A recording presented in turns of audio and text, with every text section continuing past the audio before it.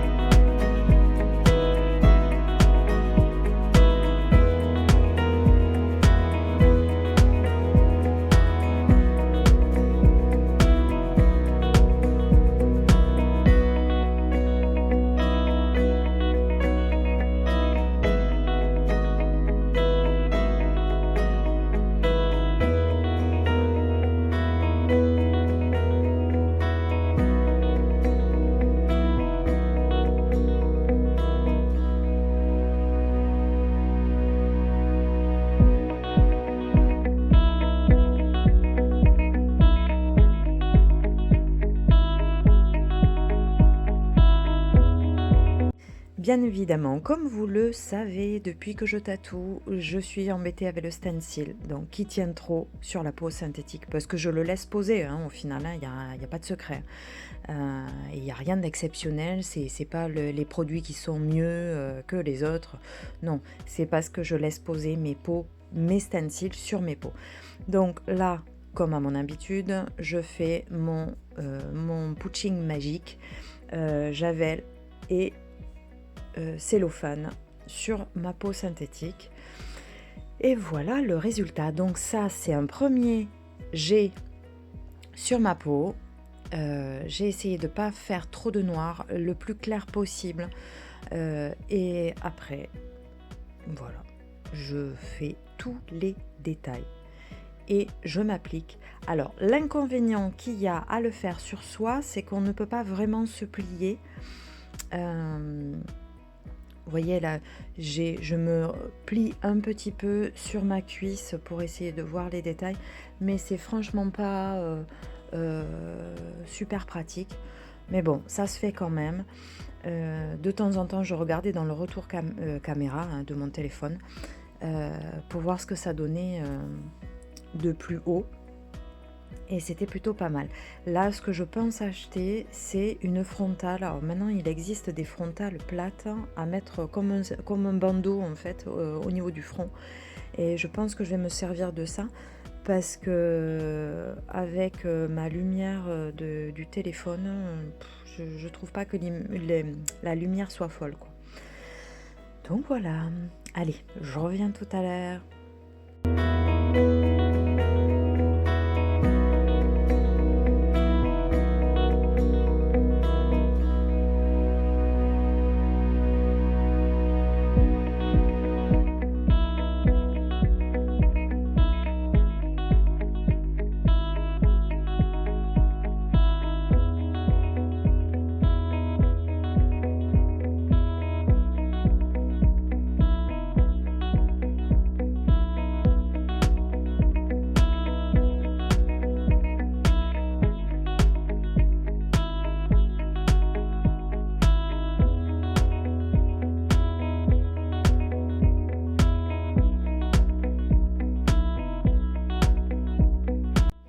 Alors les petits détails sur les fleurs n'étaient pas du tout évidentes parce que, toujours pareil, vous allez dire je radote, toujours par rapport au stencil. Le stencil avait bavé sur tous les petits détails et ça franchement il faut que j'arrive à trouver une solution. Bon, les stencils étaient posés, les pots étaient prêtes, j'en ai d'autres, du coup c'est pour ça que je dis au pluriel.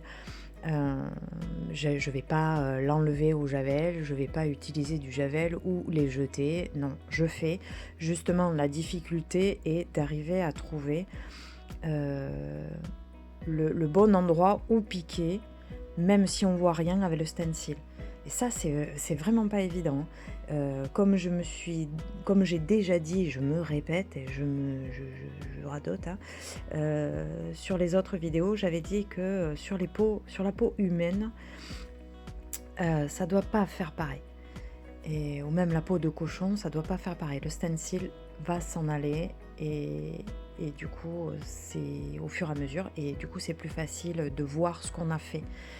Là, mis à part en enlevant tout au javel, j'ai aucun autre moyen de vraiment voir sous ce bleu qui est vachement sombre, quoi. Ou ce violet, parce que certains carbones font violet. Donc voilà, là je fais les ombrages autour des oiseaux. Alors sur celui de droite, j'ai fait trop de noir au niveau des plumes de la tête. Du coup, je n'ai pas cette lumière qu'il y a sur le dessin d'origine. Ça, je regrette. C'est l'endroit que j'ai commencé en premier. Couille que je suis. J'aurais pas dû commencer par là. Mais bon, c'est fait. J'ai rattrapé. Le final, vous le verrez.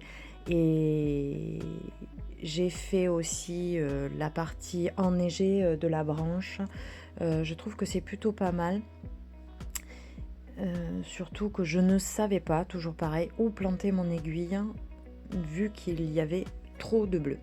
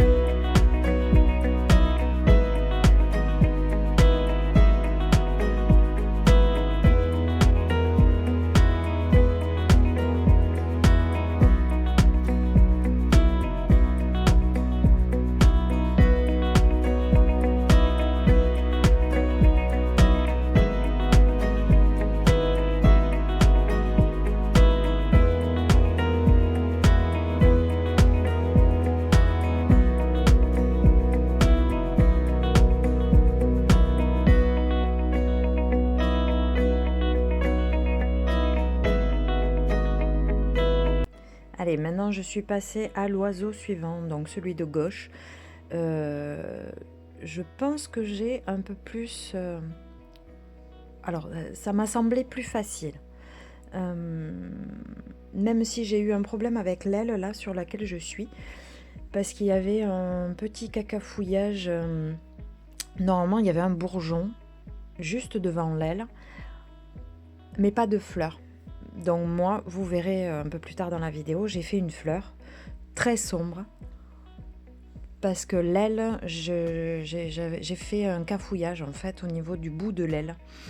Et j'ai voulu l'arranger et j'ai fait du coup une fleur un peu plus foncée. Le final, quand on le sait pas, ça se voit pas. Mais bon, maintenant que vous le savez, vous allez me dire oui, mais ça se voit. Ok. Bon.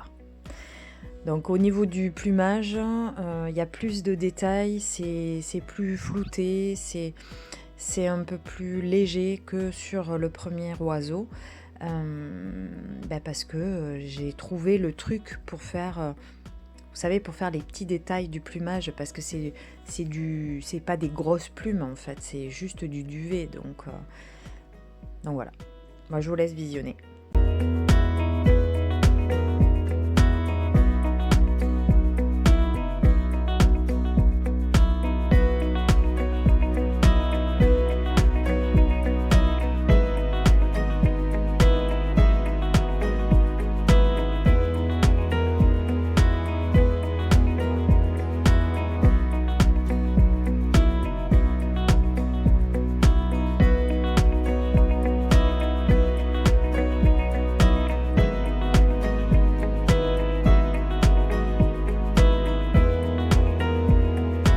Voilà l'endroit dont je vous parlais tout à l'heure, hein, donc la fleur que j'ai faite bien sombre. Au final, c'est pas choquant. Une fois que vous verrez l'ensemble, on n'y fait pas attention. On a l'impression que c'est fait exprès. Mais au final, il y aurait dû y avoir juste un petit bourgeon et pas une fleur qui s'ouvre. Et à la fin, vous verrez, je vais y mettre un peu de rose, puisque de base, le dessin de ces oiseaux a du rose dedans. Les oiseaux sont roses, mais moi j'avais que du rouge, donc j'ai un peu galéré. Alors je ne l'ai pas fait sur ma jambe en plus, et j'aurais dû pour vraiment ressentir et pas piquer aussi profond, parce que là du coup avec la couleur j'ai piqué un peu plus profond, parce que c'est l'encre que j'ai, c'est de, on va dire, je vais le dire, hein, c'est de l'adobe, hein. Clairement, c'est juste pour s'entraîner et faire manière, hein, mais c'est pas le genre d'encre que j'utiliserai quand je tatouerai quelqu'un, quoi.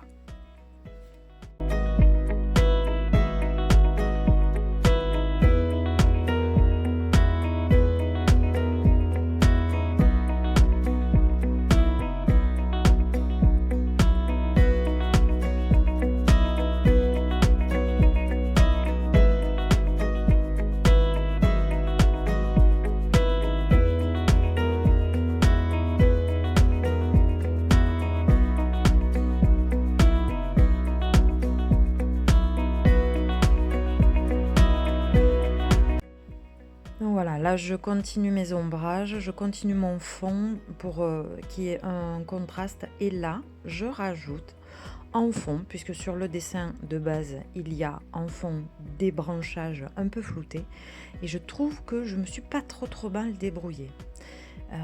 Donc là je fais la branche avec des bourgeons, j'ai pris mon temps, je l'ai fait avec une aiguille Magnum, une 15 courbée, pour justement le faire petit à petit et avoir vraiment le rendu que je souhaite. Et je trouve que ça fait plutôt pas mal. Et ce petit coin là dans lequel il n'y avait rien au départ, hein, puisque même avec le stencil ça n'avait pas pris, et je me suis dit tant pis, je rajouterai ou pas hein, plus tard, et au final j'ai décidé de le rajouter et ça fait sympa.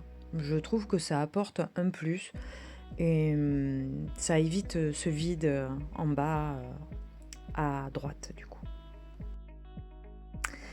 Voilà, là c'est mes derniers coups d'aiguille avant de passer à la couleur. Et la couleur, ça apporte un plus, mais je ne voulais pas filmer parce que j'ai trop galéré. Parce que le rose n'était pas comme je le voulais et ne rentrait pas dans la peau comme je le souhaitais. J'espère en tout cas que ça vous aura plu. Si c'est le cas, abonnez-vous, ça me fera plaisir. Je vous dis à très vite, des bisous. Allez, tchuss!